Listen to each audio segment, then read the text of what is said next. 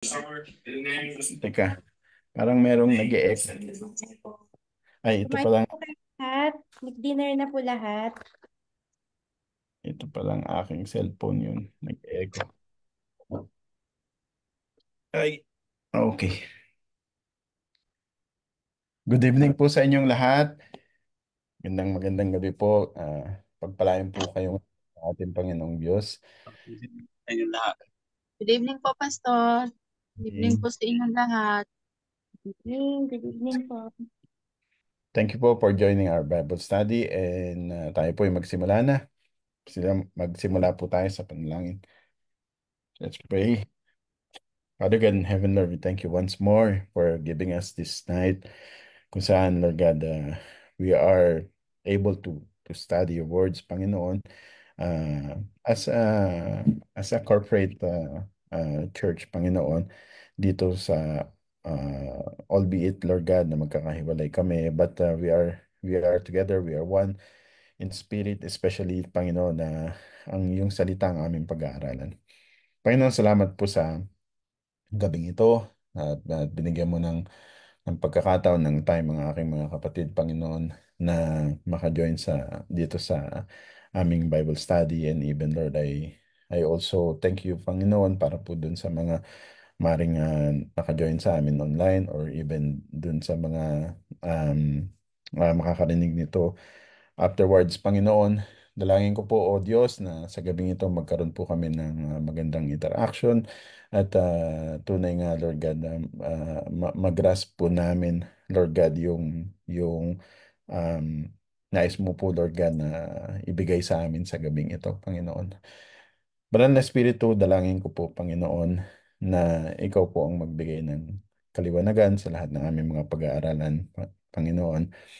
Dahil ikaw, O Banal na Espiritu, ang tunay na nag-illuminate, Lord God, nagbibigay liwanag ng mga salita ng Diyos, Panginoon. Kaya naman kami po ay humihingi, Panginoon, ng once more, as we always do, Panginoon, ng gabay patnubay sa iyo. Ako bilang taga-facilitate, Panginoon, ay turuan mo rin, Panginoon. Lahat kami, Panginoon, ay matuto, Panginoon, sa gabing ito. Maraming salamat, Panginoon. Amin pong, Lord God, nataas ang gawain na ito sa iyo. Ganun din, Panginoon. Ako po ay nagbibigay ng pagpapala sa bawat isa na narito, Panginoon, at maaaring nag-join sa amin online. Hayaan mo po, O Diyos, na sa gabing ito, Panginoon, sa aming pag-aaral ng iyong salita, ay tunay, Lord, na makamtan po namin ang pagpapala nagmumula sa iyong salita at sa wisdom, Panginoon, na naming marireceive, Panginoon, sa pamamagitan, Lord God, ng pagsunod sa iyong mga salita. Salamat po, Diyos. Ito po ang aming sa aming dalangin sa iyong pangalan, Panginoong Kristo. Amen. Praise the Lord. Sige po. Let's start. Okay. Start our Bible study. So, last week, ating pong natunghayan, diniscuss po natin yung Book of James, no? Chapter 1 and from there, diniscuss natin kung sino ba yung mga kausap ni James dito. Sino ba yung kanyang mga audience or sino yung kanyang mga receiver nitong kanyang epistle, no? Itong kanyang sinulat na ito. And tonight, we're going to talk about naman, because last time, we talked about James chapter 1 from verses 2 to 4. So this time, we're going to talk about James chapter 1, verses 5 to 8. As you can see from your screen, I think, and I hope you are seeing it. Sabi diyan, asking for wisdom with faith. No? So, ang session natin will focus on seeking wisdom in trials. So, remember, last week, ang pinag-usapan natin is about having joy even though we are having trials. And now we are going to talk about, we are going to focus on seeking wisdom in trials. So, excuse me po.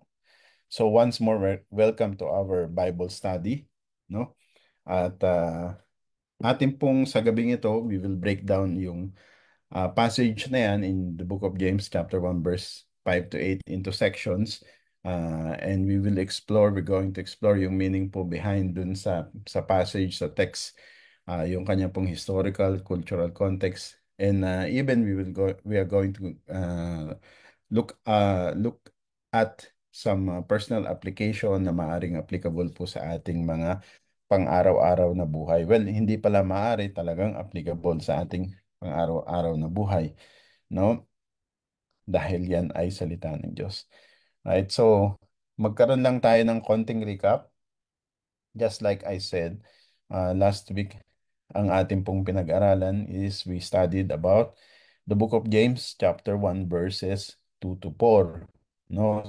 Kung saan nakita natin that it teaches that we should consider it pure joy when we are facing trials. So in other words, ayun nga, makita niyo dyan yung key point natin, perseverance through trials produces maturity. Yan yung ating pinag-aralan ng key point natin. Because, ayun nga, trials develop perseverance. And itong perseverance na to is important, right? For us because essentially, perseverance ito ay kailangan natin para sa ating growth, no, gaya ng na daanan natin na pag-aralan natin last week, because through this, no, we persevere, we grow spiritually, and we become mature, becoming complete in our faith, no, sabi ni James, right? So think of this like uh, kumbaga, alam niyo yung machete, no, yung sculptor, machete ang tawag dun sa sculptor, di ba? Alam ko machete yun eh. So yun, yung sculptor.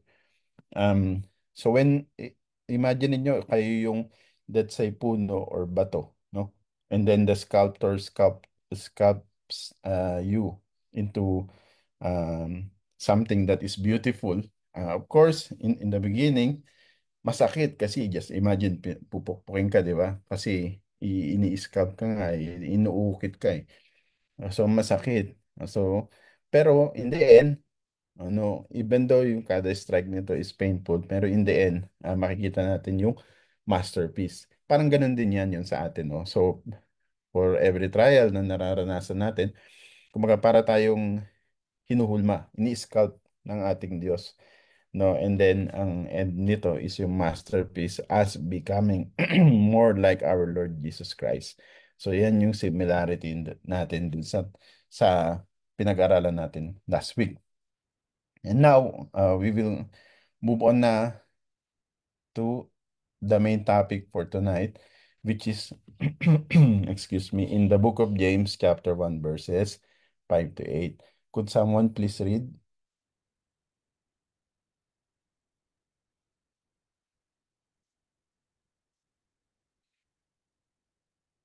Sino po?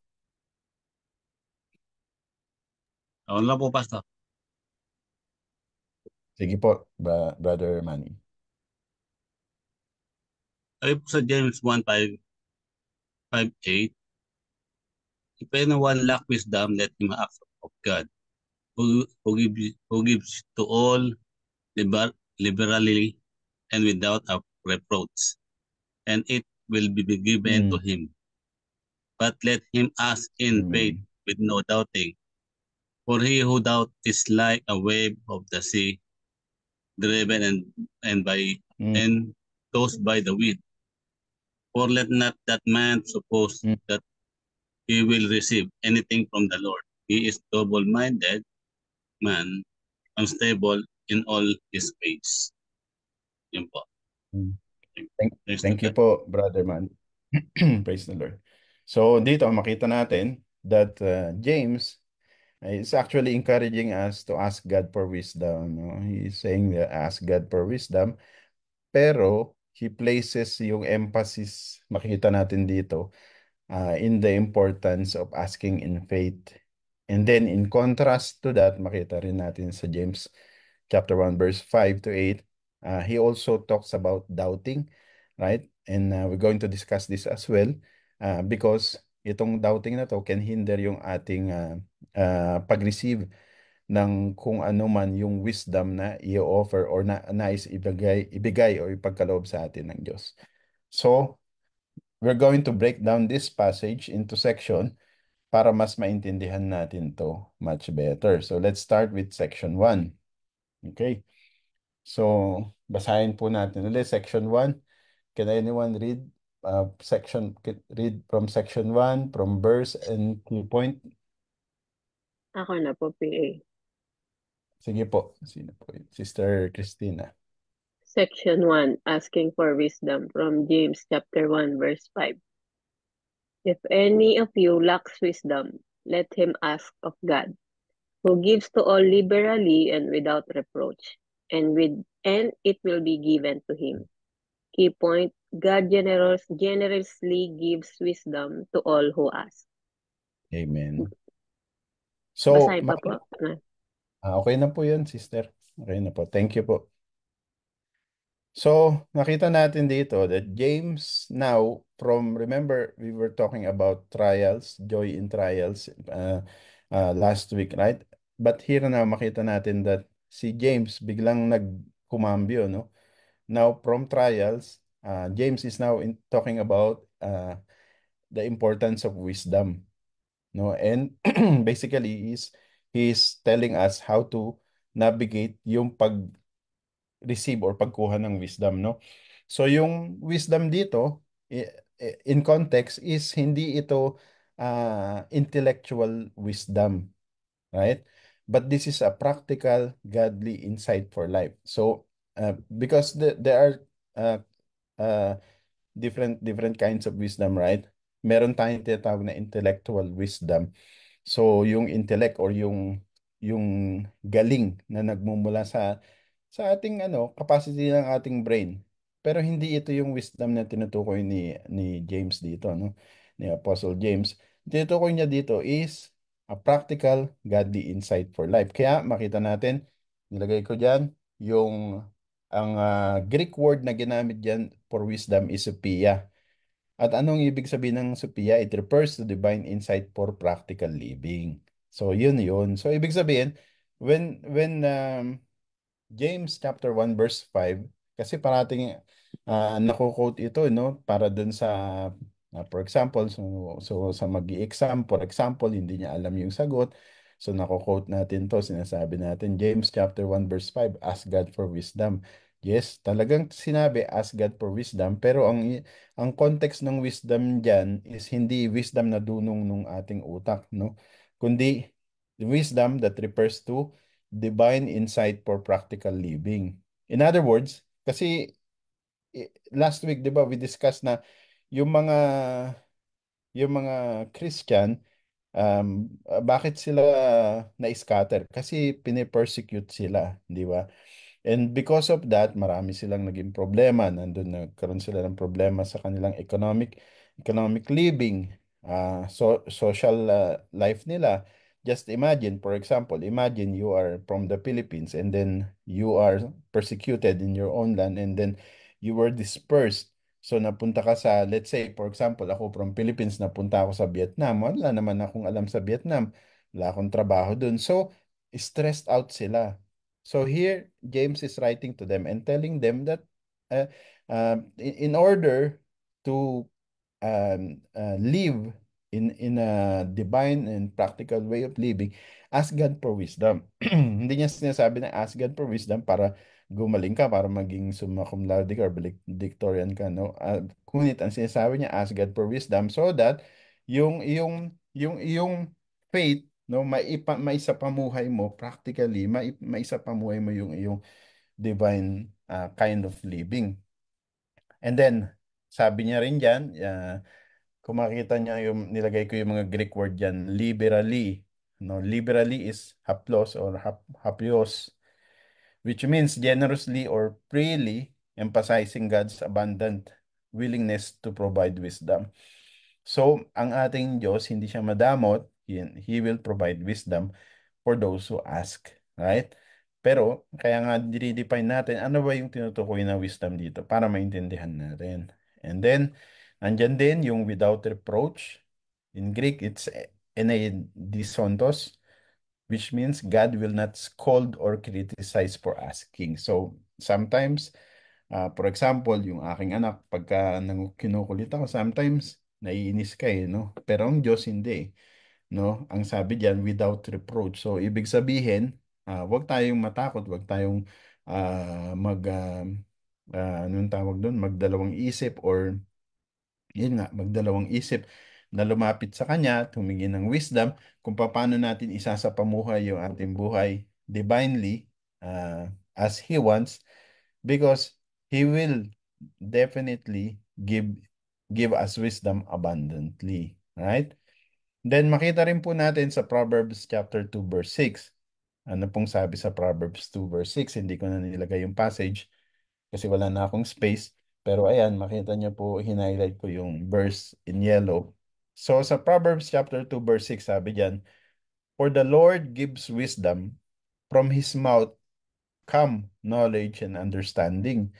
So anong connect nitong passage na to? Makita natin dito sa passage na to that this reinforces yung wisdom na tinutukoy, no, is something that we gain hindi nagmumula sa human effort, but it is actually coming from God. It is a gift of God. Yan, sabi diyan, "For the Lord gives wisdom, from His mouth come knowledge and understanding." It's also the same in Ephesians chapter 2 verse 8. If we read Ephesians chapter 2 verse 8, ano sabi dun? "For it is by grace you have been saved through faith," no, sa pamamagitan ng faith. This, and it's not by yourself or from yourself, it is the gift of God, not by works, so that no one can boast, no, yun ang sabi diyan. So itong wisdom na to is wisdom na hindi nagmumula sa tao, kundi wisdom na nagmumula sa Diyos, no? So, itong dito sa Proverbs chapter 2 verse 6 sa James chapter 1 verse 5, James is actually echoing itong katotohanan na to that encourages believers to seek wisdom from God. And God will provide generously. Same with Matthew chapter 7 verse 7, makita natin ang Panginoong Hesus din mismo. Anong sabi ng Panginoong Hesus sa Matthew chapter 7 verse 7? Sabi niya, "Ask and it will be given to you. Seek and you will find. Knock and it will be open to you." So, makita natin, even ang Panginoong Hesus sa kanyang katuruan or sa teaching niya in Matthew, in the book of Matthew, he emphasizes the importance of asking God, right? And not just asking God, but asking God in faith. Because alam niya that God will respond to those who ask. And kung makikita nyo, directly connected ito then sa pinag-aaralan natin in the book of James chapter 1 verse 5, no? Because God gives wisdom liberally when we ask. Now, ang paghingi ng ng wisdom sa Diyos, think about it as parang ano, it's like a fountain of water na hindi hindi mapuputol or hindi ka kukulangin kasi yun yung gusto talaga ng Lord, na tayo ay mamuhay in all wisdom. Again, wisdom na hindi ibig sabihin ng dunong ng utak, kundi wisdom yung practical, yung practical in the sense na yung ating faith ay na isa sa pamuhay natin, no? And he will give us generously. So kaya nga parang fountain of water, parang yung kami nung elementary kami sa Paco Catholic, meron dong fountain na pagtatapakan mo tapos lalabas yung tubig. Ewan ko kung naranasan niyo yun. Wala na atang ganun ngayon. So, pag tinapakan mo yun, lalabas yung tubig. Na makita mo, ang liit-liit na machine niya, no? Pero yung tubig na nanggagaling sa kanya, ang dami. Parang ganun din, pagka ang Lord, yung fountain of wisdom, pagkakaloob niya sa atin, pag humingi tayo sa kanya. So here, makita natin in James chapter 1 verse 5, ang Diyos dito ay pinuportray bilang isang generous and approachable God, no? Let's say He is a generous and approachable Father, no? Na magbibigay ng wisdom to those who ask, no? So, for us, no, to apply it para sa atin, sa ating pansariling pamumuhay, we should not hesitate to ask God for wisdom. especially during difficult times. Right? Kasi sometimes yeah, kasi ang context nga nito, 'di ba? Ang kausap ni James yung mga Christian na na-scatter kung saan nahihirapan silang mamuhay, 'di ba? From Jerusalem sila, na-scatter sila, nasa ibang bansa sila na or ibang lugar sila na hindi sila familiar, wala silang kilala. So, nahihirapan silang mamuhay. So, kaya yun ang sinasabi ni James, ask God for wisdom. And God is willing to provide, no? Especially during difficult times. Kasi na sila, during that time, again, in context, na nandun sila sa mga difficult times. So, maaring tayo din, maaring kayo din. Hindi ko alam kung anong circumstances or anong situation kayo nandoon. Maybe you are also in a difficult times, difficult situation. So you also ask God, no, Lord, paano ba ako dapat sa ganitong sitwasyon na nakakaranas ako ng mga difficulties, paano ba ako dapat mamuhay bilang isang Kristiyano? Paano ko dapat isapamuhay yung aking ah, pananampalataya, 'di ba? So, yan yun yung James chapter 1 verse 5. Now, let's go to section 2. James chapter 1 verse 6. Ayan, kung pwede po sa inyong may magbasa. Section 2 verse key point. Ako na po, Pastor. Sige po, sino po yun? Ako, Cherry po. Ay, Sister Cherry. Sige po. Section 2, asking in faith, James 1 verse 6. But let him ask in faith with no doubting, for he who doubts is like a wave of the sea, driven and tossed by the wind. Key point, faith is essential, doubt leads to instability. Amen. Thank you, Sister.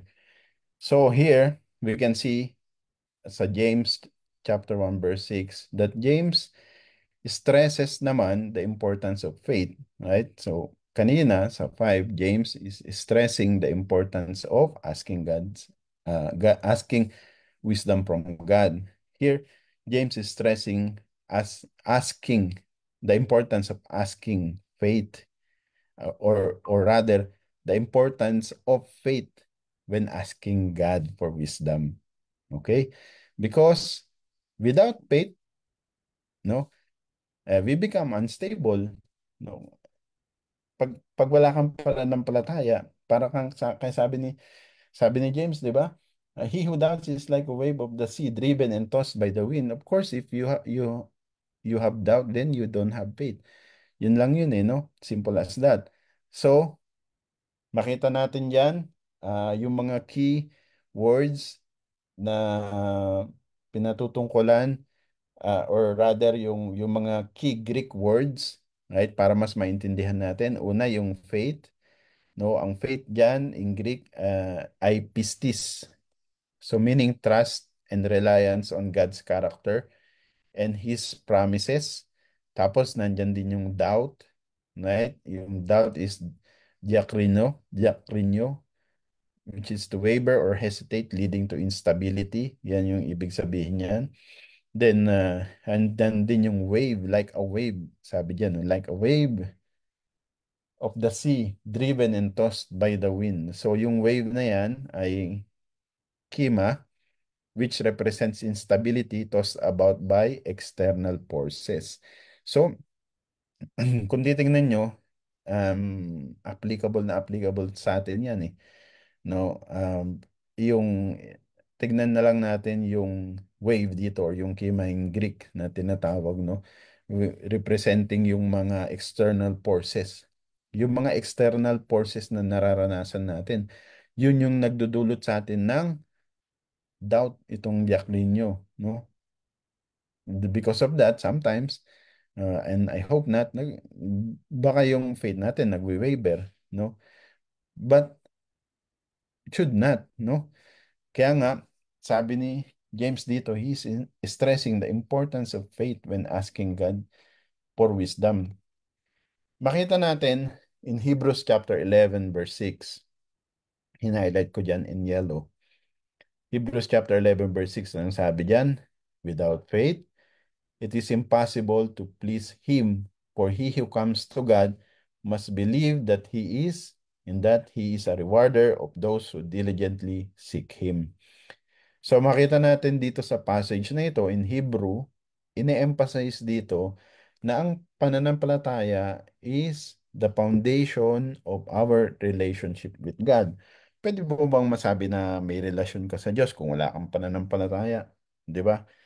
Um, Malabo ata yun. No? Hindi mo pwedeng sabihin na may relasyon ka sa Diyos and yet wala kang pananampalataya sa Diyos. Right? So kung may relasyon ka sa Diyos, it goes to follow na may pananampalataya ka sa Diyos. Ganon din ang tinuturo ni James sa chapter 1 at ganon din ang tinuturo ng Hebrews, the book of Hebrews, no, sa chapter 11. It teaches us that faith actually pleases God. So, pareho no? Dito naman sa James, James is showing us that faith is essential in receiving wisdom from God. And sabi ko nga, ang kabaliktaran nito is doubt. And doubt hinders yung process na to ng pag-ask ng wisdom. Now, tignan naman natin in Mark chapter 11 verse 24. Sabi sa Mark chapter 11 verse 24, therefore I tell you, whatever you ask for in prayer, believe that you have received it and it will be yours. So, parang almost similar ng sinasabi ni James sa verse 6, no? The Lord Jesus here is encouraging believers to have faith-filled prayers, no? Kung pag tayo nananalangin, dapat nandun yung ating pananampalataya. Of course, sino bang nananalangin or pag manalangin ka nang wala kang pananampalataya, of course, hindi ito masasagot, no? Kung wala kang, sabi ko nga, kung wala kang pananampalataya, ang meron ka, doubt, no? So, trusting that God will answer, yan yung talagang pinaka masabi natin sa ating prayer, yan yung pinaka-core, no, ng ating belief. Pag tayo nananalangin, that we trust that God hears us and we trust that God will answer our prayer. And ito sa Mark chapter 11 verse 24, makita natin that directly connected ito sa pinag-aaralan natin sa James 1:6, no? Because it teaches us, no, that we must ask in faith and avoid doubt, because pag nag-doubt tayo, we will not receive from God. Ganon din ang sinasabi dito. Whatever you ask for in prayer, believe that you have received it and it will be yours. So, kung sasabihin natin, whatever you ask for in prayer, if you do not believe that you have received it, it will not be yours. Ganun yun, yung kabaliktaran nun, di ba? So, kaya nga, yung doubt, dapat tanggalin natin yung doubt. Right? Ngayon, ah para yung naalala ko, magandang example nung isang araw kasi dito sa RTA meron kami yung tinatawag na Abra. So yung mga Abra yan, yung mga water taxi. No? Pinakita ko nga kay Pastora Joan yung video one time kasi nag-conduct kami ng drill na merong tumalon doon sa Abra o doon sa water taxi. So ngayon, di naglalakad ako, dalawa yung boat, isang direction papunta rito, isang direction papunta rito, isang pakaliwa or isang sabihin lang natin opposite direction, and then lilipat ako dun sa isang Abra na tumatakbo in opposite direction, even though mabagal lang. Kaya lang ang na-notice ko dun is kasi pareho sila opposite direction gumagalaw. So pagka namali ka or hindi ka careful sa tapak mo, talagang mahulog ka dun sa tubig, no? So, bakit ko sinasabi to? Kasi parang ganun din yan eh. Imagine mo, ah, ang faith mo sinasabi, diretso ka. Ang doubt sinasabi, huwag kang dumiretso. Ngayon, hindi ka pwedeng namamangka ka sa dalawa. No, dapat isa lang. Kung talagang nananampalataya ka, trustfully. No, hindi po pwede yung magda-doubt ka. So that's what I'm trying to say. Hindi kasi po pwede na mananampalataya ka ngayon tapos maya-maya mawawala ka, magda-doubt ka uli. No, hindi pwede yung ganon. Ah, ang pananampalataya sabi ko nga, binasa natin Ephesians chapter 2 verse 8. Hindi pala natin binasa, binanggit ko. For it is by grace you have been saved through faith. No, because faith is the means by which we receive from God. Yan. And ang doubt, anong ginagawa? Dinidisrupt nito yung connection na yun or yung pag-receive natin sa Diyos. No? Kaya, dahil sa doubt, nagiging unstable tayo and unable to fully trust in God's promises.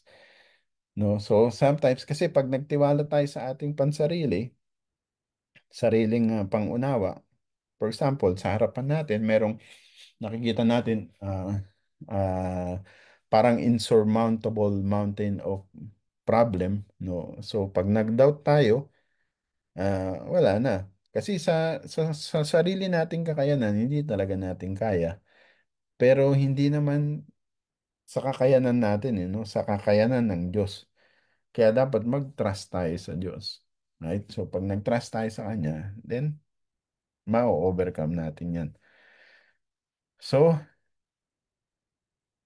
when we approach God for wisdom or guidance, we must do so with full trust in His ability to provide.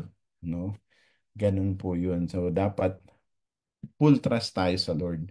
Hindi po pwede yung 50-50, 50 trust, 50 doubt. No? Because doubt weakens our prayers and makes us vulnerable to instability in our faith. Alam ko, again, madaling sabihin yan, pero mahirap gawin. Pero that's the reason why tinuturuan tayo ngayong gabi. That's the reason why nag-aaral tayo. Kasi we have to, yung ating faith, yung ating pananampalataya. Because itong ginagawa natin ngayon, nag-aaral tayo ng salita ng Diyos, it builds up our faith, di ba? Because Romans 10:17 says, faith comes from hearing and hearing the word of God. So here we are hearing the word of God, and then we are also exhorting the word of God, and we believe and we know that the Holy Spirit is illuminating every words of God. So yung ating faith ay lumalakas. So kaya kinakailangan yun yung foundation natin talaga, matatag sa salita ng Diyos. Kasi ang mundo, maraming sasabihin sa atin eh. No? Pero dapat magtitiwala lang tayo sa salita ng Diyos, no? Alright. Then, let's go to section 3. Yan, pwede pong pabasa. Section 3, verse and then key point. Ano po? Section 3, consequences of doubt. James chapter 1 verse 7 verse, for let not that man suppose that he will receive anything from the Lord. Key point, doubt prevents us from receiving from God. Amen. Thank you po, Sister Melody. So, totoo naman yan, and yan, sakto si Sister Melody yung sumagot. Because natandaan ko to Sister Melody nung nasa Pilipinas pa to, di ba? Galing actually, gamitin lang kitang example, Sister Melody, ah. Opo. Ikaw Opo, kasi Pastor. hintay. Opo.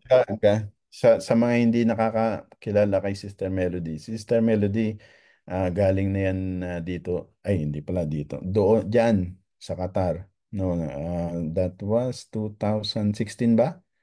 O 17, Sister Melody? 16 po. 16, Opo. 2016. Pero bago siya pumunta sa Qatar, nag-aral muna siya ng education. Kaya lang tumigil ka, di ba? And then, pumunta ka nga ng Qatar, nagtrabaho ka. Tinigil niya yung kanyang kurso. At siguro somehow, nung nagtatrabaho na siya, nag-earn na siya ng pera, nag-doubt siya na if ever she will be able to finish yung kanyang schooling. No? And then, pero praise the Lord kasi nag-decide siya at nagpatuloy mag-aral at yun, natapos niya nga yung kanyang pag-aaral, 'di ba? And then, praise the Lord, nag-take siya ng board exam, nakapasa din sa board exam, no? pumasa din sa board exam and hindi siya nag-take 2, take 1 lang. So, ibig sabihin na basta nandoon yung belief mo na kakayanin mo eh. So, then, nakapasa na siya. Tapos, sunod, dapat magtrabaho na, di ba? I believe si Sis Melody din makakapagsabi na lahat ng inaano gusto may experience, experience, experience. Paano magkaka-experience? Siyempre ba, newly grad, di ba? So, walang experience. Ngayon, pag nag-doubt ka, walang mangyayari. No? So, dapat wag ka mag-doubt, magpatuloy ka. And ganun ang ginawa niya, Mr. Melody. Nagpatuloy siya. Nag-seek siya, nag-seek. Perseverance, patience, di ba? And now, ayan na siya. Meron na siyang, nagtatrabaho na siya as teacher, although assistant teacher nga lang, but eventually, we pray to God na talagang matatayaan niya na yung pagiging teacher. So, yun yung sinasabi natin about sa doubting, no? That's why James is warning that a person who doubts should not expect to receive wisdom, right? Because we are talking about wisdom here, right? Ang sinasabi ni James, ask God for wisdom. And when you ask in faith. And when you doubt, sabi ni James, then you should not expect anything if nag-doubt ka. No, kagaya nga nung yung sa gym na naman, naalala ko parati yun, yung sa gym, nasa harapan kasi yun nung treadmill, sinasabi, the only bad, the only bad workout is that is a work. It's like parang sinasabi niya ang bad workout lang The is only yung bad workout is the one that did not happen. ayun. The only bad workout is the one that did not happen. No? Kasi nga, hindi mo ginawa. No? Pero, kung gawin mo, mangyayari. Kagaya nito, nag-doubt ka, walang mangyayari talaga. No? Kahit saan mo dalhin. Nag-doubt ka hindi talaga mangyayari yun. Nag-doubt ka nga paano mangyayari, di ba? So that's why James is warning a person who doubts should not expect to receive wisdom. Not only wisdom, actually, sabi ni James, no? Sabi niya, anything from the Lord. Sabi niya, so if you doubt, do not expect to receive wisdom or any other blessing from God. Because itong doubt, it creates a barrier to receiving from God. Okay. Makikita natin, mayroong mga various verses. Tignan natin sa James chapter 4 verse 3. Ang sabi diyan, you ask and do not receive because you ask with wrong motives. So now, here, ang sinasabi naman, it is in the same book, but in the mga later chapter, ang sinasabi naman dito, asking in wrong motive, no? So itong passage na to, although it touches on the reason why prayers uh, is not answered, no? Pero sa ang makikita natin dito, ang sinasabi ni James, no? Ang isa is doubting. Yan is a barrier to receiving from God, yung doubting. Saka sa James 4:3, yung sinasabi niya, yung impure motives, yan yung another reason. Both of that emphasize na anong ina-emphasize nito? This is what I want to stress out to us is that ang ine-emphasize niyan, both of that passages, James 4:3 at James 1:7 about doubting, kung bakit hindi nangyayari yung prayer natin, kung bakit hindi natin nare-receive yung blessing from God. Sabi sa James 1:7, because of doubt. Sabi sa James 4:3, because of impure motives. Ano ang common sa kanilang dalawa? Okay? Kung titingnan natin, both of these passages emphasize yung ating internal state. Right? Internal state, yung pag-iisip mo, kung yung pag-iisip mo, doubting ka, yung pag-iisip mo, mali, hindi mo marireceive sa Lord. No? So yun yung common dun. Ibig sabihin, ang kinakailangan nating ayusin is yung ating internal state, yung ating pag-iisip, no? Yung ating estado ng ating pag-iisip. Kaya nga sabi sa Romans chapter 12, no, be transformed by the renewing of your mind, no? Baguhin natin yung ating pag-iisip, no? So, and this will affect the outcome of our prayers. Ganun din sa Isaiah chapter 59 verse 2.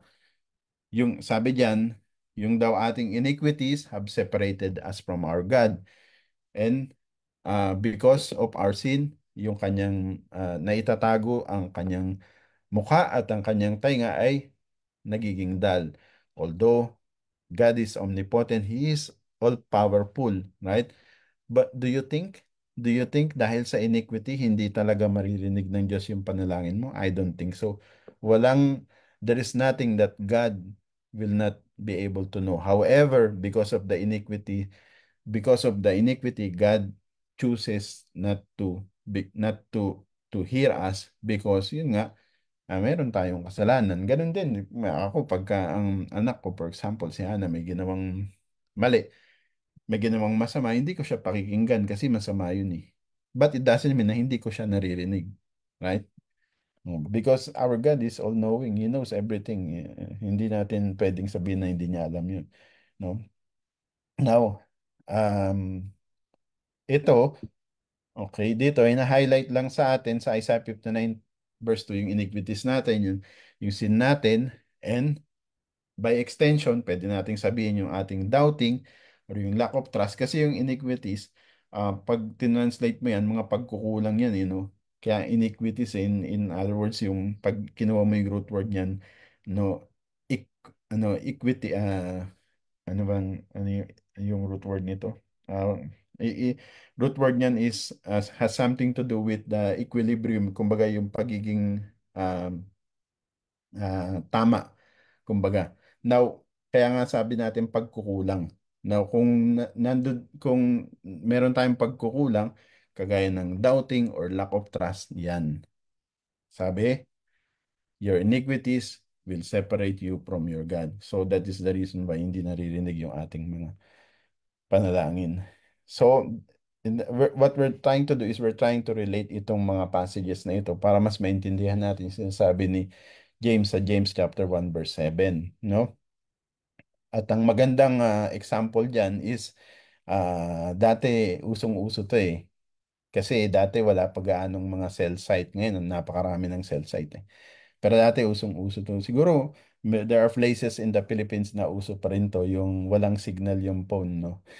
Which is very frustrating before. Naalala ko nung nag-aaral ako nun sa trabaho.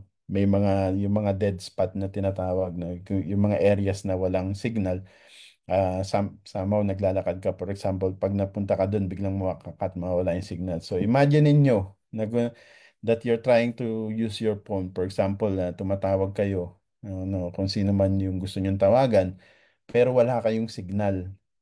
No? Parang ganun yung nangyayari sa atin pag nag-doubt tayo. No? Yung doubt, tinatanggal niya yung signal, kumbaga. No?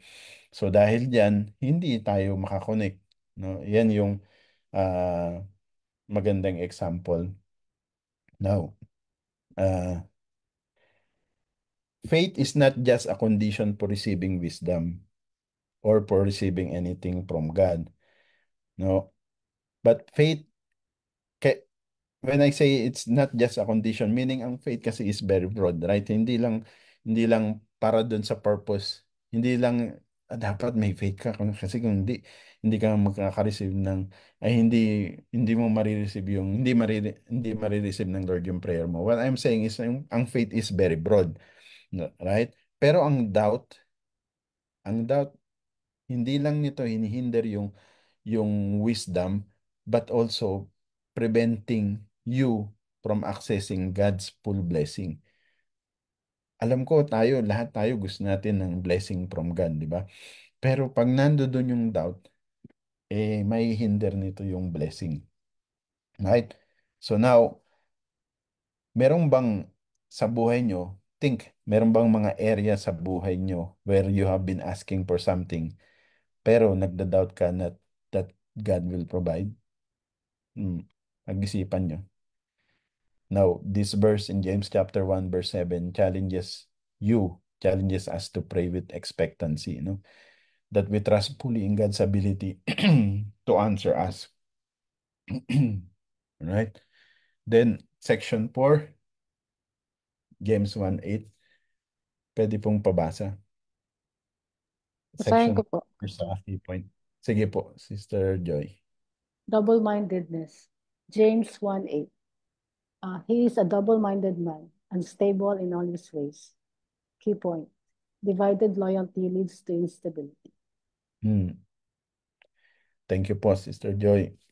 So here, so dinefine ni James kung sino yung nagda-doubt, no, or yung doubter. No, dinescribe niya yung doubter as a man, a double-minded man, no? Double-minded man. So meaning ito yung tao na divided yung kanyang internal, di ba? Natanda mo yung sabi ko, yung kanina, yung kanyang internal state is divided between faith and doubting. So, imagine niyo merong internal conflict. And yung internal conflict na yan leads to instability sa aspeto ng kanyang buhay. Kaya sinasabi ni James sa atin, huwag tayong mag-doubt. No. Let us put our full faith and trust in God. Because if tayo, mga mananampalataya tayo, di ba? Kaya nga tayo tinawag na mananampalataya because we are believers. So we have to stand up doon sa ating pangalan as believers. Tanggalin na natin yung doubt. So for example, meron kang kaanak or meron kang mahal sa buhay or even let's say kaibigan mo. For example, may sakit. O for example, katabi mo may sakit. For example. O, so ngayon, yung sakit niya matindi. Eh ikaw hindi ka naman doktor. Hindi ka rin naman Diyos, di ba? So ngayon, gusto mong pag-pray kaya lang nagda-doubt ka. Baka hindi gumaling. Eh ba't ka nagda-doubt? Sino ba magpapagaling? Hindi naman ikaw. Diyos naman. Manampalataya ka sa Diyos mo. Di ba? So yun yung sinasabi natin dito. Now, makita natin dito, nakalagay dyan, double-minded, no? Sa Greek is dipsychos, double-minded. Literally, two-souled, indicating divided loyalty between God and worldly concerns. And then, nandyan din yung unstable, which is akastatos, which is unsteady and inconsistent inconsistency in spiritual life. Now, kung babasahin natin yung Matthew chapter 6 verse 24, ang sabi diyan, no one can serve two masters. Either you will hate the one and love the other, or you will be devoted to the one and despise the other. So anong connect nito dito sa pinag-aaralan natin sa James chapter 1 verse 8? Makita natin dito sa Matthew chapter 6 verse 24 that our Lord Jesus teaches us that yung divided loyalty, sabi niya, is impossible when it comes to serving God. Hindi po pwede na double-minded ka, no? It's like sabi ng Panginoong Hesus, sir, hindi po pwede that you are serving two masters. Because sabi niya, you will either be devoted to the one or hate or despise the other one, no? And this mirrors yung sinasabi ni James warning us of double-mindedness. Because double-mindedness leads to instability in faith. No, magiging unstable ka kapag double-minded ka. So dapat single-minded lang tayo. Walang doubt, faith lang na fully trusting God, no? Because trying to serve two masters, ano mangyayari? Of course, conflict. Magkakaroon ng conflict. Imagine nyo sa trabaho, I'm sure na-experience niyo yan. Sometimes siguro meron kang manager tapos may assistant manager or meron kang manager tapos may manager din dito sa ibang department na sinabihan ka ganito, sinabihan ka na ganyan, conflict ang mangyayari, di ba? So hindi po pwede. Hindi mo po pwedeng susundin mo yung manager ng ibang department tapos yung manager mo ah, susundin mo din. Ang mangyayari nun, conflict. Dapat tayuan mo, ang sundin mo yung manager mo. Manager mo yun eh. Ba't mo susundin yung manager ng ibang department? Ganun din, di ba? Sundin natin ang Diyos kasi Diyos natin siya eh. Kaya tinalikuran na natin ang mundo eh. Ba't natin susundin ang mundo? Diba? Yun ang sinasabi sa Romans 12 eh. Do not be conformed to the pattern of this world, but be transformed by the renewing of your mind. Sabi doon. Then sa James 4:8 din, sabi, purify your hearts, you double-minded. No? Dalawang beses sinabi ni James yung double-minded sa isa sa chapter 1, isa sa chapter 4. So, again, ini-stress dito yung double-mindedness, no? Urging believers na dapat single-minded lang tayo, no? In our devotion to God. And ito yung solution dun sa instability. Dapat fully committed tayo, trusting God, no? Kasi, kagaya ng in-example ko kanina, na yung sa Abra, natatandaan nyo, dalawang direction siya. So, pag namamangka ka sa dalawang direction, ano nangyayari sa'yo? Wala, ma, didiskarel ka, mahuhulog ka, no? Now, are there areas where you feel divided between trusting God and relying on worldly solution? Meron bang mga ganon sa buhay mo? Pag-isipan natin kung meron ganun sa ating buhay or na nararanasan tayo. And because this passage, ito pong passage na ito in James chapter 1 verse 8, it's calling us to focus our hearts and minds fully on God. No? Yan po, yun. Now, reflection, how do you seek wisdom in your daily life? Kayo ba, nagsisik ba kayo ng wisdom sa inyong daily life? Or paggising natin, which is mostly ganun ang nangyayari, no? At least for me, at times, paggising, kasi late na, ligo, tapos diretso pasok na. So, maganda rin na in our daily lives, let us always seek wisdom. Pagkagising, magdasal tayo, seek wisdom from God, no? How we're going to live our life or our day for today. Then, what are the areas of your life do you struggle with doubt? Meron ba? Kung meron, mag-reflect tayo. I-reflect natin tong James chapter 1 verse 5 to 8. Remember, Apostle James is saying that those who doubt is like double-minded and magiging unstable ka and you will not receive the wisdom from God. Not only wisdom, but you will not receive anything from God. So how can you avoid double-mindedness? Sabi ni James, no? Sabi, faith, no? Mag-focus tayo fully sa ating Diyos. Right? So, reflect po natin yan. Nabasa na natin to. Ay, hindi pa pala. Yung Matthew 7, verse 7, nabasa natin kanina. Mga supporting scriptures that supports yung theme na sinasabi ni James in James 1 verse 5 to 8. Sa Proverbs chapter 3 verse 5 to 6. Sabi diyan, it focuses on trusting God, no?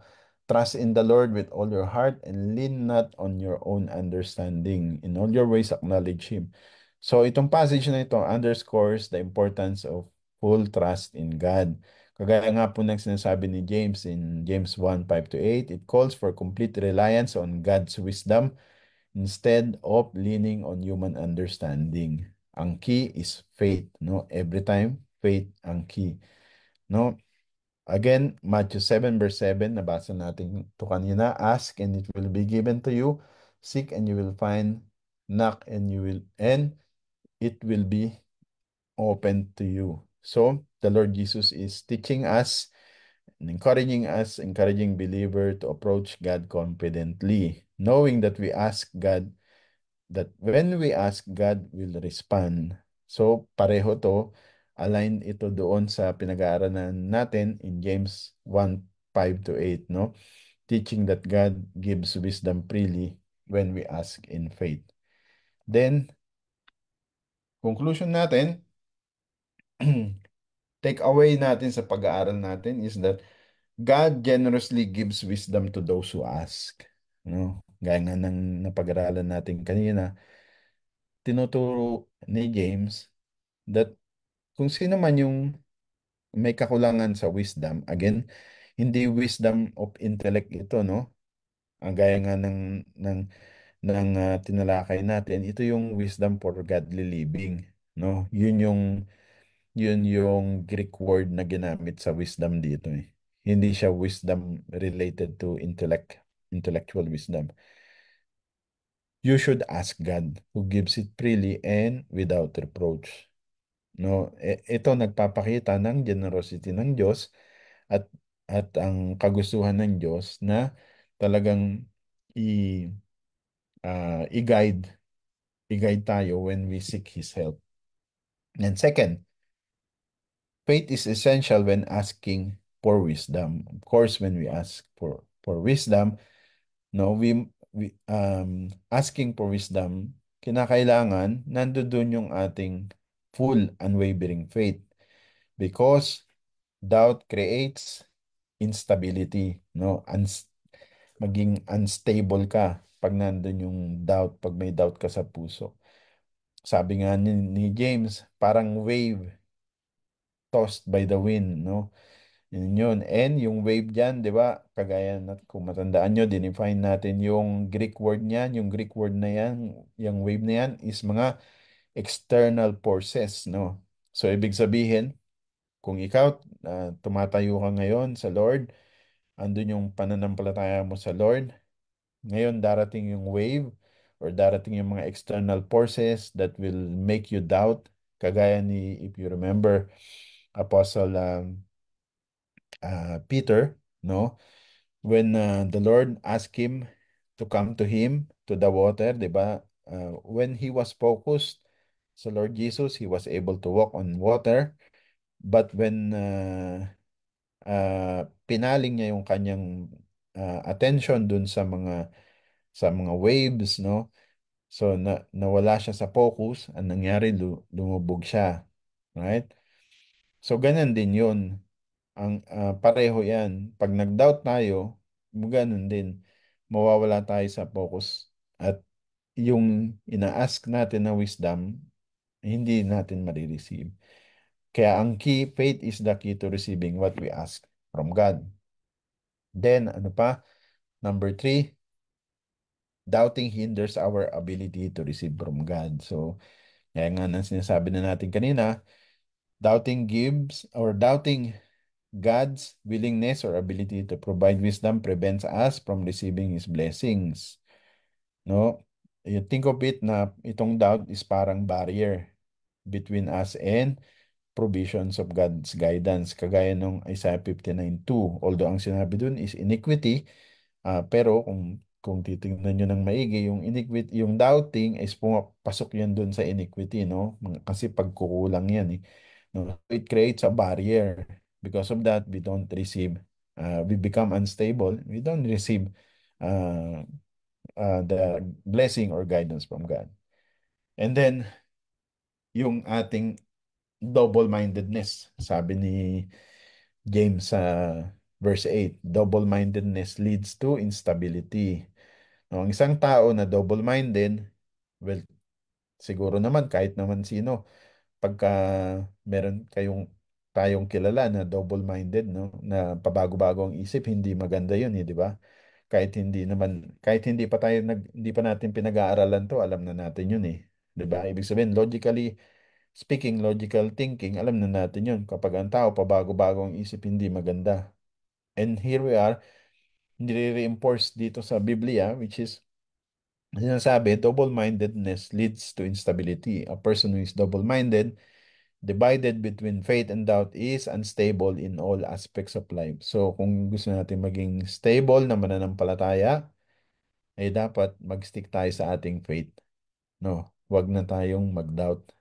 Because yung instability, yan yung naghihinder sa ating spiritual maturity.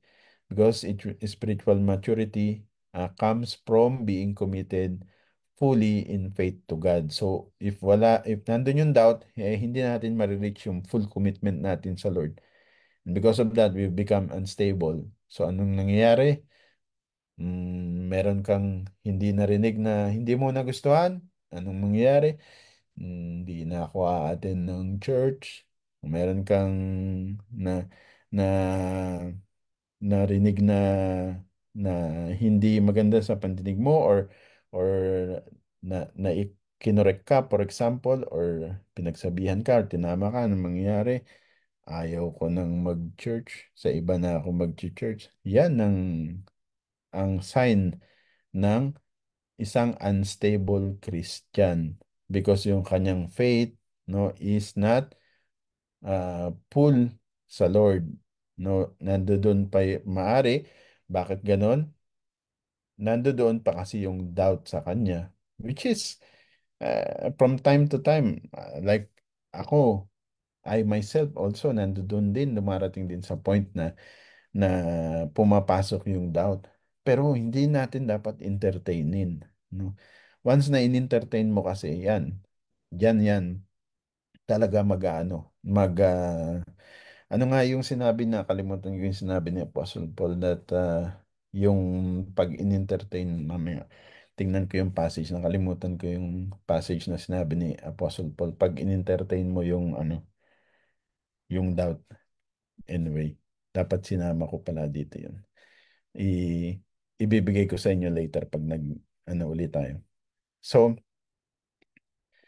napaka-importante ng stability natin, no, yung ating spiritual maturity. Kasi pag stable tayo, no, kung merong mag-correct sa'yo, titignan mo yun as constructive criticism, hindi destructive criticism. Kung meron kang narinig na hindi mo magustuhan, no, hindi ka maapektuhan nun, hindi maapektuhan nun yung pananampalataya mo, hindi maapektuhan nun yung paglilingkod mo sa Panginoon.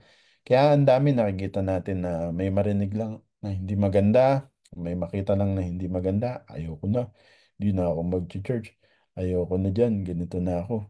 'Di ba? Yan yun kasi mga unstable sila. Now, hindi ko sila minamaliit, or hindi, I'm not maligning them, pero yun ang katotohanan. At kinakailangan talaga na ayusin. Ibig sabihin na wala pa, kaya sabi ni Apostle Paul, by now, dapat mga karne na ang kinakain nyo eh. Sabi niya. Pero hindi niya pa kaya. Dapat milk pa din eh. Kasi nga, hindi nagmamature. Kasi nga, unstable yung kanilang faith. No? Nandoon yung doubt. Yan yung isang factor, yung doubt. Okay? So, God's generosity and faithfulness to provide wisdom to those who ask confidently in faith is the core promise na makikita natin sa James chapter 1 verse 5. We are reassured that God gives wisdom liberally and without reproach. Yan ang sabi sa James chapter 1 verse 5, no? At ipinakikita lang neto na ating Diyos ay willing siya, no, na to give us generously and without holding back. And he does not criticize us for asking him for wisdom, nor does he grow weary for our request. Moreover, kagaya ng nabasa natin sa Matthew chapter 7 verse 7, God's faithfulness is reflected in His character. Kasi yun siya eh. No, yun ang Diyos eh. Nagre-reflect yun sa character niya. Sabi, ask and it will be given to you. Seek and you will find. Diba sabi ng ating Panginoong Hesus sa Matthew chapter 7 verse 7. So we are being encouraged to ask in confidence, knowing that God listens to and answers those who seek Him earnestly. Pareho yan dun sa Hebrews chapter 11 verse 6, no? Na sinabi that faith is essential in pleasing God, because without faith, no one can please God. Right? So, makikita natin ngayon, so, nagiging clear siya. So, kung wala kang faith, ibig sabihin, meron kang doubt. Paano mo nga naman mapiplease ang Lord kung nagda-doubt ka? Di ba? So, ang katotohanan ay ang ating Diyos ay lagi siyang handa to provide us wisdom when we need. So, sabi ko nga, if tayo dumaranas ng suliranin, ask God for wisdom.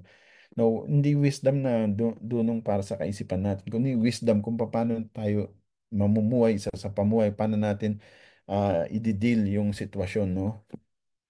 So provided that we come to Him with a heart that is full of faith, because God's generosity is limitless and His faithfulness endures forever.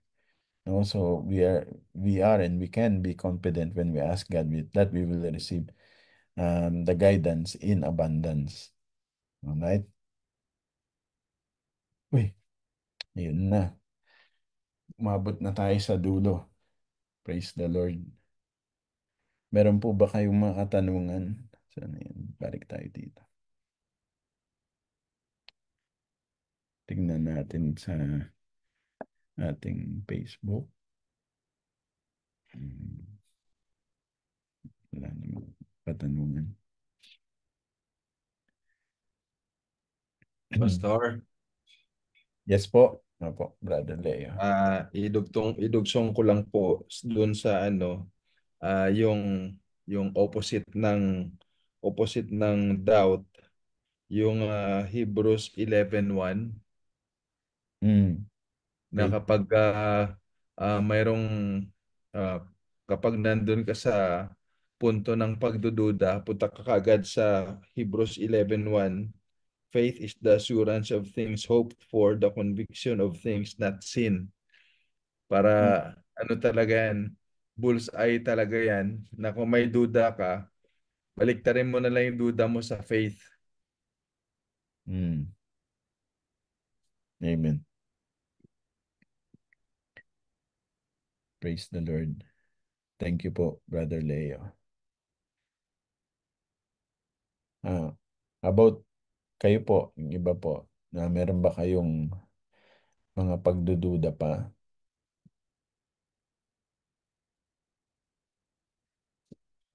Maaring meron, maaring nahiya lang tayo magsabi, pero everything is a process, I believe, because even ako, I cannot say na, sabi ko nga, sometimes yung doubt nandoon no? Pero yung doubt kasi, ano yan ang pinagmumulan niyan is sa mundo. What do I say by that is that, because, see, if ang reference, ang perspective natin ay ang Diyos, dapat wala talagang doubt Bakit kamo? Kasi God is the creator of the heavens and the earth, the creator of everything. Right? So, meron bang hindi niya kayang gawin? Meron yung kasalanan, gumawa ng kasalanan. No. But what I'm trying to say, almost everything, no, pwedeng gawin, kayang gawin ng Diyos.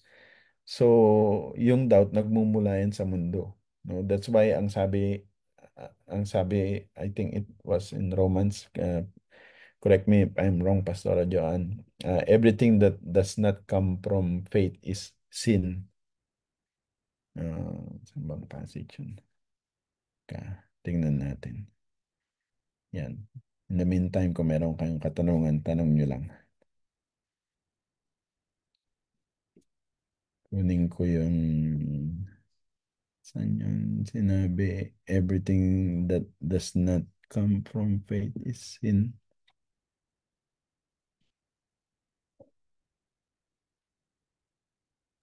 Romans chapter 14, Romans 14, anong verse? 23. Yung last part niya. Ayun. Ayun, nakita ko na. Sabi dito, but whoever has doubts, mabasa. Ayan.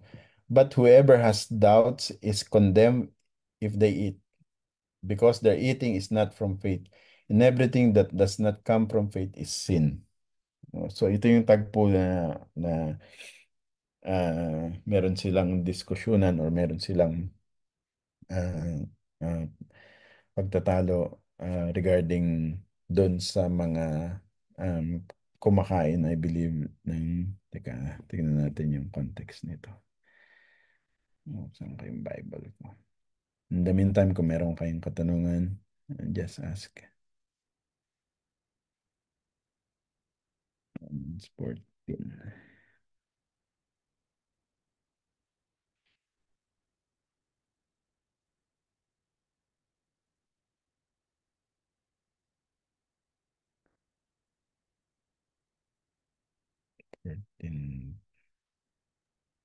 PA, ako may may Sige, sige, habang hinahanap ko rin.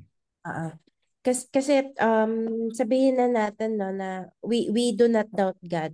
We trust God. We have faith in God. That he will see us through. Walang problema doon. How about kung sa kapwa naman mananampalataya tayo walang trust or without um for example sa inyo pastor, I doubt you. I trust in God pero I doubt you. Tanong mo ba yun?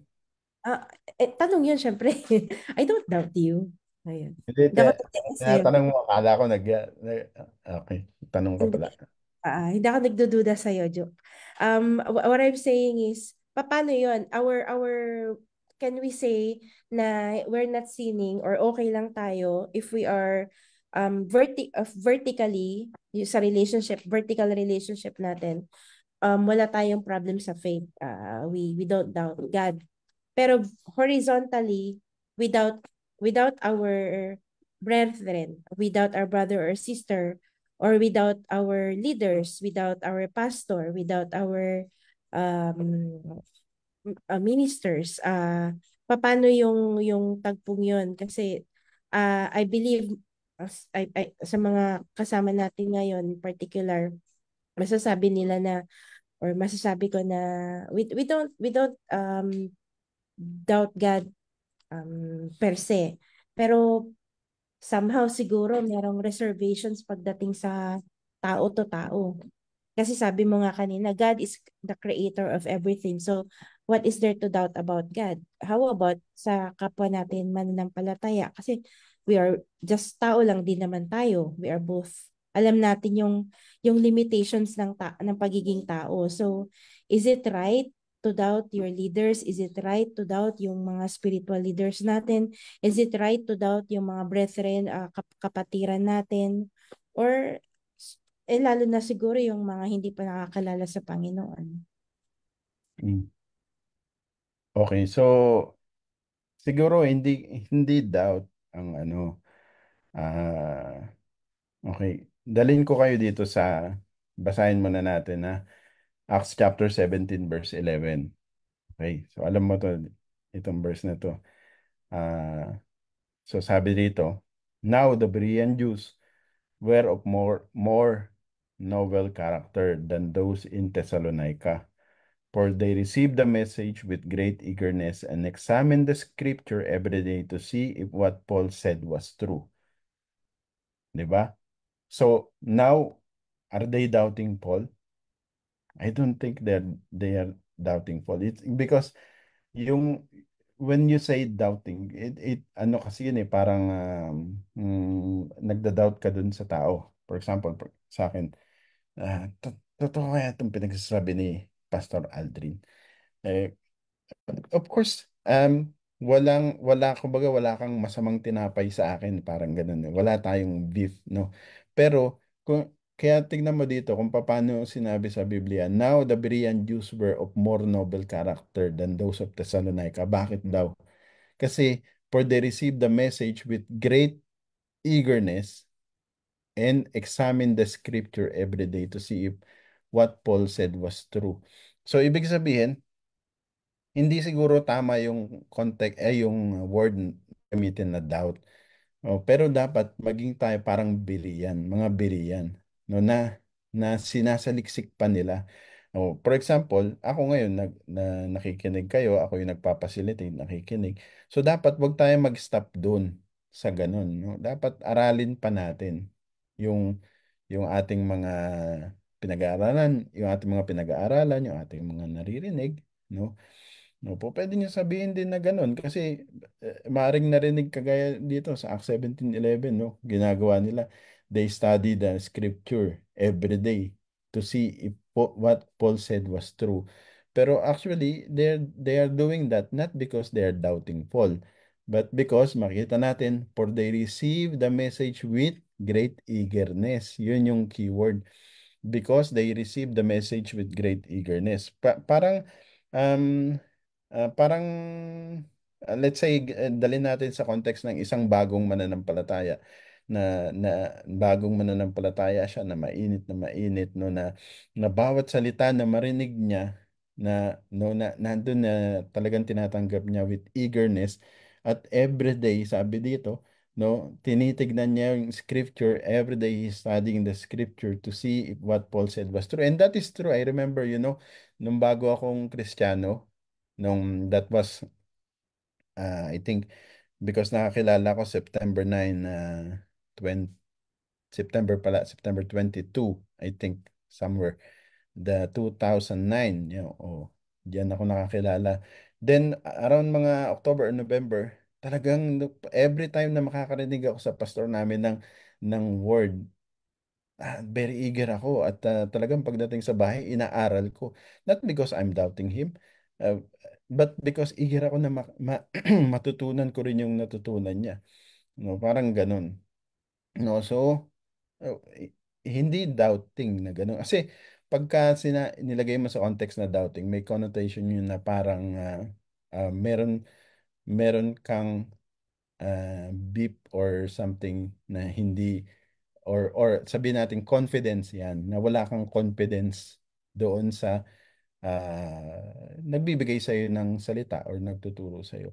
Which is, pagka ganun, merong kung i-examine kumbaga sa investigador no pagka may aksidente, for example, alam ni Bradley yan, no?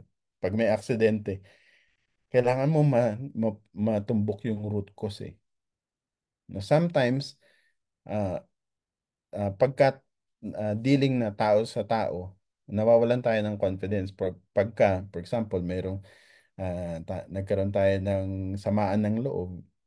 Yan, doon mawawalan ka ng confidence. Kaya nga, ang tinuturo sa atin parati, di ba, forgive. Kasi lahat yan will play into factor. Natandaan ko tuloy yung tinuturo sa atin sa Christian life sa BEE, no?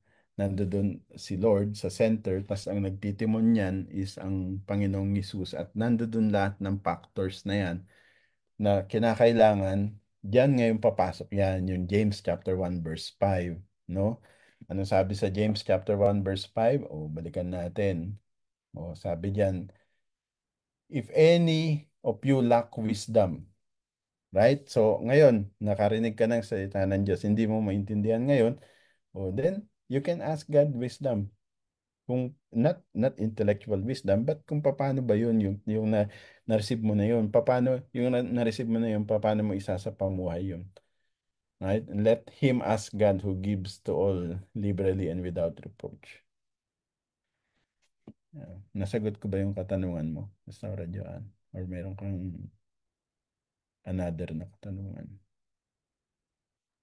Actually, it's not a question in itself eh. It's more of an observation. Tapos, parang it's a reality.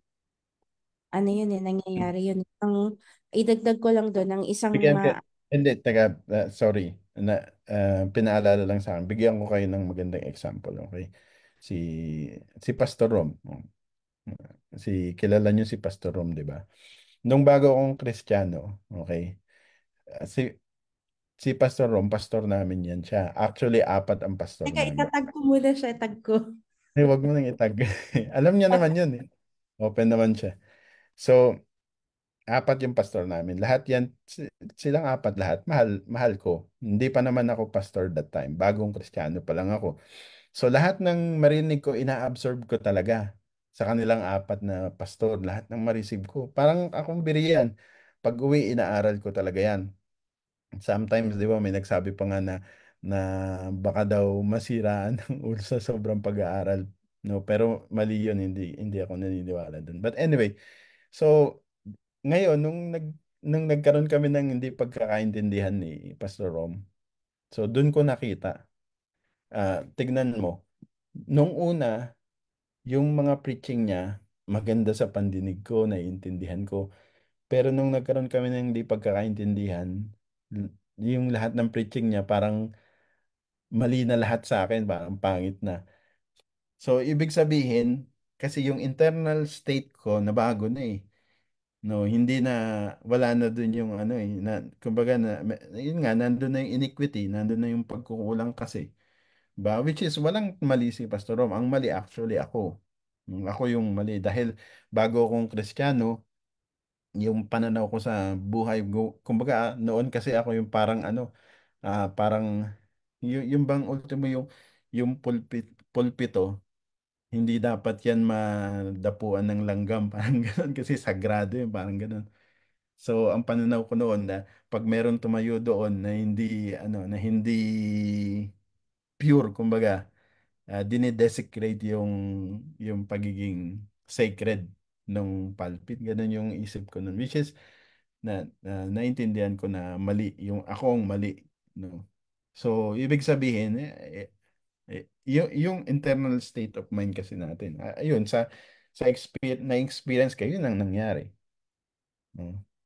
Ayan, si Pastora Joan. Nakalimutan ko yung sabihin ko kanina. Pero yun, pride. The pride of life. Yes, fine. Yun ang isang malaking ano doon, factor kung bakit nawawalan tayo ng, yung yata yung tamang term, kumpiyansa sa ibang tao, nagkakaroon ng pride din kasi sa puso natin. Ayan. Mm. I'm just making an observation. Amen. Yeah, yun natin. Baka mamaya tinag mo nga si Pastor Rom eh. Mamaya online pala. Pastor Rom. Yan, mayroon pa po ba kayong katanungan? Buksan natin yung aking Facebook. Pastor, huling hirit na lang po. Sige po. Sige po. Ano Go po ahead. kasi kaya po may idugtong ko lang po dun sa sinabi ni Pastor Joan na hindi naiiwasan na mayroong mga believers or church goers, yung mga church goers, yung mga pumupunta sa church pero hindi nagko-commit sa obedience nila sa gusto pagawa ng Panginoon. Kasi meron din, aminin natin na ang church leadership may kakulangan din minsan eh. Katulad sa atin sa pastoral, marami din kasing hindi nakakaalam kung para mapapunta ka sa pastoral, marami hindi nakakaalam kung ano yung inaaral natin. At ang una nating responsibility is i-lead yung flock as shepherds, i-lead yung flock sa Panginoon. So ano ba yung trabaho nung shepherd? Ang trabaho ng shepherd is to ensure na nalilid yung flock sa tamang landas ng pananampalataya. Unfortunately, hindi lahat ng members ng flock ay naiintindihan ito. Kaya minsan nagkakaroon ng mangilan-ngilan sa flock na nagkakaroon ng doubt sa mga puso nila with regard sa patakbo ng iglesia. Kaya kung tayo ay bahagi ng flock, meron tayong mga responsibilidad na aralin or alamin din kung ano yung ginagawa ng pastoral as shepherd sa flock nila, na not necessarily na tanungin natin sila personal, kundi aralin din ano ba yung responsibilidad ng mga pastor sa kanilang mga nililid, sa kanilang congregation. Nang sa ganon, pag tayong nasa flock ay maintindihan natin kung ano yung responsibilidad ng mga pastor sa atin. Kasi tawag dito, doon magtatagpo ang mga pastor at ang flock doon magpapanagpo kasi lahat naman tayo members ng flock eh. Meron tayong ano din responsibilidad na aralin din natin hindi lang sa papakinig sa pulpit kundi sa pag-practice ng inaaral natin ng salita ng Diyos, yung responsibilidad din natin sa iglesia na unawain yung patakbo ng iglesia para mawala yung mga duda. Kasi yung mga taong may mga duda sa puso nila, yun yung mga nakatingin lang, mas lamang yung tingin horizontal kaysa tingin na vertical na hindi Mm. nila alam na ang pastoral ay talagang hindi lang sinasabi kung ano ang mga nasa puso nila para sa iglesia, no? Kasi unang-una lahat tayo members ng flock eh. So kailangan natin mag-grow sa ating personal na relasyon sa kapwa natin sa flock. Kung sinasabi natin na gusto nating mag-grow sa Panginoon, kailangan mag-grow tayo muna sa relasyon natin sa flock kasi mas lamang yung mas lamang yung human instinct na mangibabaw kaysa sa spiritual instinct kapag hindi natin maintindihan yung konsepto ng human relation sa loob ng iglesia. Medyo malalim-lalim po yan kasi um, yan yung yun yung essence ng pagiging totoong member ng flock. Walang nagpapaimportante, walang nag-iisip na ini-slave, kundi talagang maglilingkod ka na wala kang tinitingnan na may piniplease kang tao. Kasi ang pagiging miyembro ng iglesia ng katawan ni Kristo ay pagiging servant. So, kung mapagod ka man at the end of the day, dahil sa paglilingkod mo sa Panginoon, pagod yun na may tuwa. Kasi di ba nga, sabi ng banal na aklat na i-reward ka sa ginagawa mo eh. But don't think na gumawa ka para magkaroon ka ng reward. Kasi lahat ng nasa flock ay mayroong karampatang responsibilidad na ginagampanan para sa ikalalago ng iglesia. Kaya Mm. kung pairali natin yung pagiging tunay na member na pagiging miyembro ng flock, mawawala yung mga duda na yan kasi nakatuon tayo sa gawain ng Panginoon. Diyan pa lang naayos na yung relasyon natin sa kapwa natin sa iglesia kasi hindi tayo nakatingin sa kung anong ginagawa ng tao, kundi nakatuon tayo sa gawain ng Panginoon. Mm. Amen. Amen po, Brad Leo. So that is true. That's the reality. And I believe part ito no, itong pag-aaral natin ng salita ng Diyos para mas maintindihan natin, mas mag-grasp natin yan. Kung wala pa tayo dyan sa ganong estado, sa ganong sitwasyon. At importante talaga na yung ating mga napag-aaralan, na may apply natin sa ating buhay, sa ating relasyon, sa sa ah, sa ating relasyon sa ating asawa, sa ating kaibigan, sa church, sa mga kasama natin sa church. Dahil totoo yun, hindi lahat tayo merong mga kanya-kanyang mga responsibilidad na ginagalawan at sama-sama tayo. Yun, hindi lang leader, although leader ang nakapront parati sa harapan, pero ang mga kongregasyon, meron din silang part na dapat gampanan. At isang unang-unang part dyan is yung uh, and this is, I'm a firm believer of this, na dapat ang congregation is hindi siya makontento sa kung saan siya naroroon ngayon. Kagaya ko noon, kung ako nag-start pa lang ako noon, nandoon ako sa congregation, nakaupo lang ako, nakikinig ako. Pero hindi ko ginusto na makontento na ganun lang. Dapat i-desire natin na mag-grow. No, and sa pagdi-discern natin na mag-grow na yan, in effect, indirectly, nandun na matutulungan natin ang iglesia, yung mga layunin natin sa iglesia, yung pagsiserve natin, no?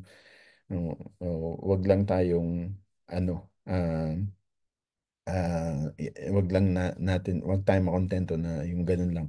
Nandoon lang tayo, which is I think naman lahat naman kayo na nandito, at least mga leaders ng church, at yun yung ano nyo, yun yung talagang gusto nyo, and it is a testament to sa inyo kasi ito na lang na yung pag-attend dito sa ating Bible study. This is a part of the yung inyong internal state or internal um, sabi natin, kumbaga internal hunger, no, para mas lumago or mag-grow, at in turn, of course, lahat yan magli-lead sa magamit kayo ng mahusay sa gawain ng Diyos, magamit kayo ng mahusay ng Diyos para sa mga kapwa natin na especially mga wala pang tamang relasyon, tamang pananampalataya sa Diyos, no? So lahat 'yan. Kaya pagka nakikita ko kayo na nandiyan kayo, that in itself is for me is a joy, no? Kaya Yes. lang yung ano ko na maka-attend kayo. At syempre, pag hindi ko kayo nakikita, nandun din, nalulungkot ako. Hindi ako nalulungkot dahil walang nakikinig sa akin. Mas, kasi kahit naman magsalita ako na magsalita dito, eventually, may mga kakarinig din dahil naka-record naman sa Facebook.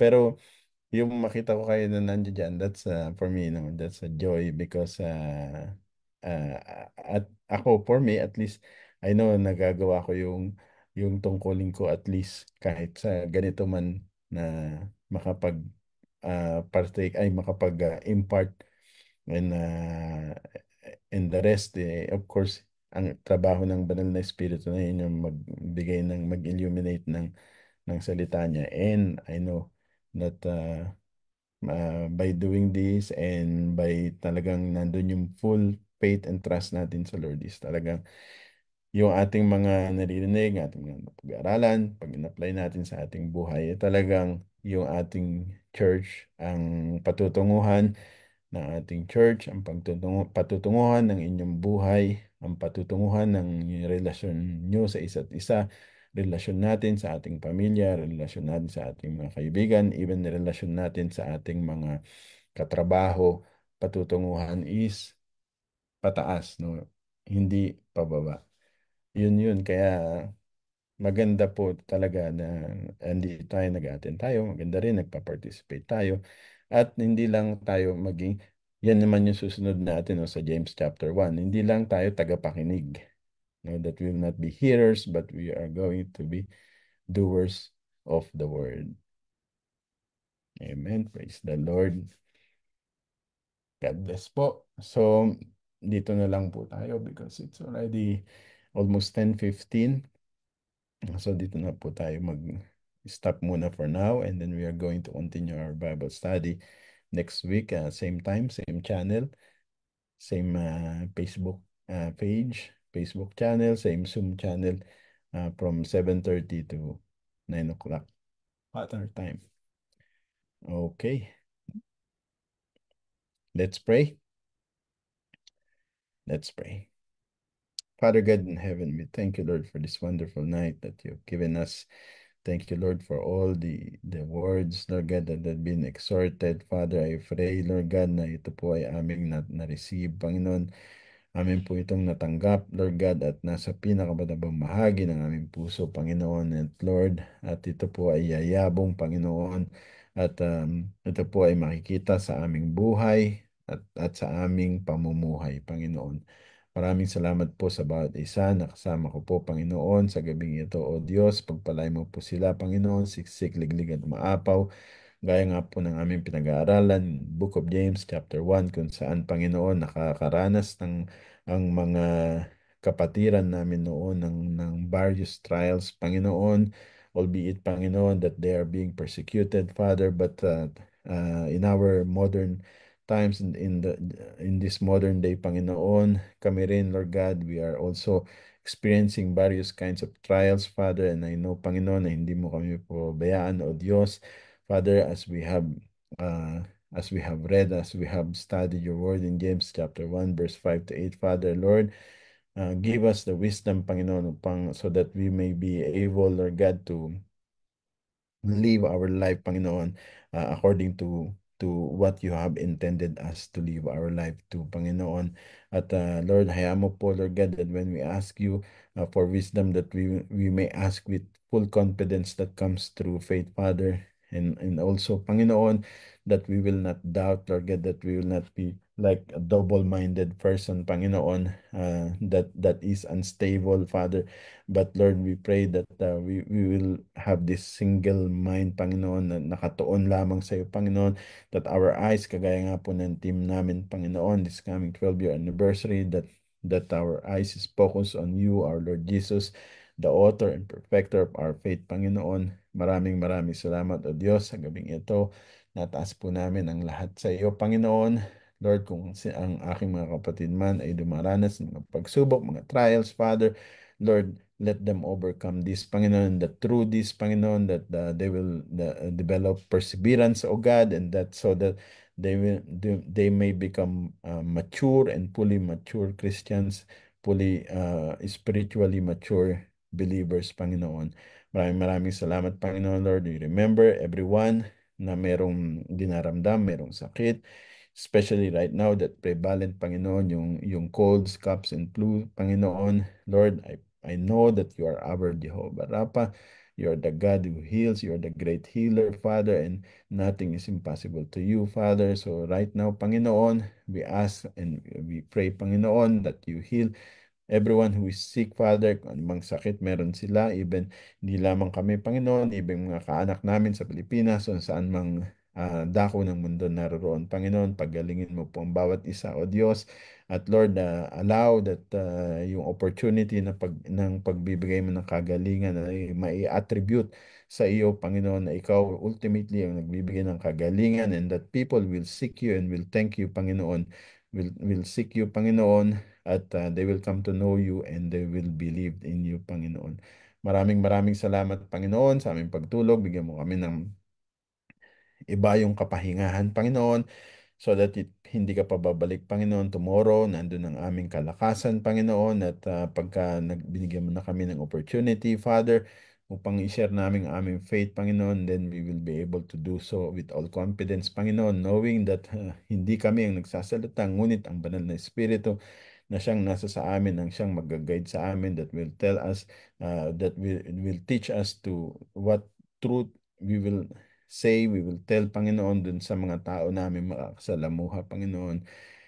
Panginoon, darating ka na po anytime, any moment, Lord God, nawa, Panginoon, madatnan mo kami, Lord God, na ginagawa ang iyong will para sa aming mga buhay, at marinig namin ang kataga sa iyo, Panginoon. Well done, my good and faithful servant, Father, because this is what we are striving for, Panginoon, to be a good and faithful servant, Father. But sometimes, Panginoon, kami ay sumasablay, Panginoon. Ngunit, Lord, thank you because your grace is abounding, Panginoon. Hindi ka po nagkukulang sa amin, kami po ang nagkukulang. Ngunit, Father, we continuously ask, Lord God, for your guidance. We continuously ask for your strength from you, Father. Strengthen us, Panginoon, pang magawa po namin ng lahat ng naayon sa iyong kagustuhan, Panginoon. Maraming salamat, Panginoon. At sa aming nalalapit, Panginoon, na 12-year anniversary, Father, akin po, Panginoon, inudulog sa panalangin ng bawat isa, Panginoon, especially ang mga tinalaga mo, Panginoon, na mga leaders ng JRK Church na gagamitin, Panginoon, from worship team, Father, from kitchen ministry, Lord God, transport ministry, Father, even, Lord God, sa preaching, sa words, Lord God, sa exhortation, Panginoon, sa tithes and offering exhortation, Panginoon, even sa testimony, lahat-lahat, Father, ikaw po, Lord God, ang magsaayos ng lahat. Ikaw po magbigay sa kanila ng kalakasan.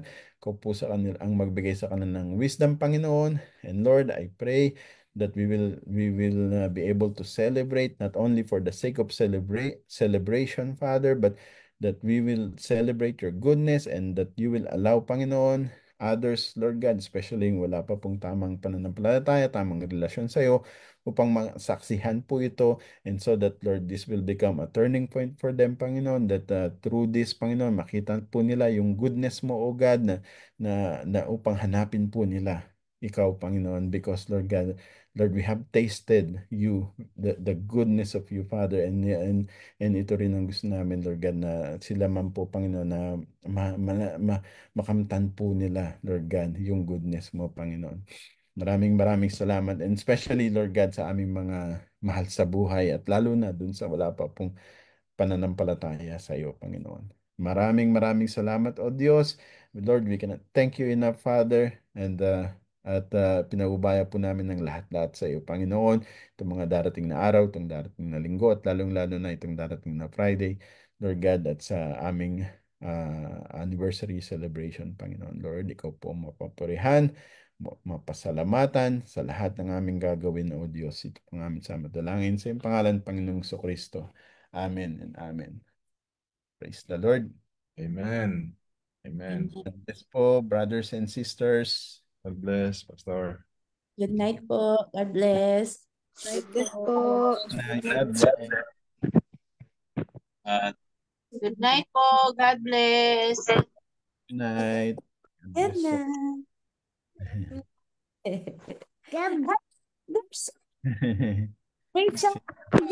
Yan na si Zoe. Sorry, Zion's not here. He went for a job. Papicture ko sa Sorry. picture. Hi, Tita Ellen. Hello.